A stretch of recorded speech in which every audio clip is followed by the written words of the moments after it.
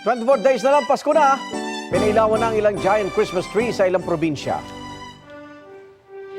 2, 1, Merry Christmas! Yan po ang Christmas tree sa plaza sa Bayawan, Negros Oriental. May taas itong 50 feet. At ang mga dekorasyon ay gawa sa recycled materials. Sinimula na rin ang Belen Festival na sinalihan ng iba't ibang sektor. 8 life-size Belen ang nakapalibot sa higanting Christmas tree. Ayon sa Culture and Arts Investment Promotion, ang mga dekorasyon sa kanilang plaza ay sumisimbolo sa pagkakaisa ng mga taga-Bayawan sa gitna ng mga pagsubok. Sa Tanawan, Batangas, tampok din ang giant Christmas tree sa Plaza Mabini na 45 feet naman ang taas. Punong-puno rin ito ng mga dekorasyon at pailaw.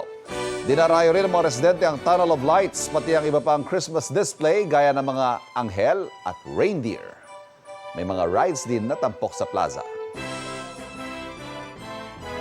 Igan, mauna ka sa mga balita, mag-subscribe na sa GMA Integrated News sa YouTube para sa iba't ibang ulat sa ating bansa.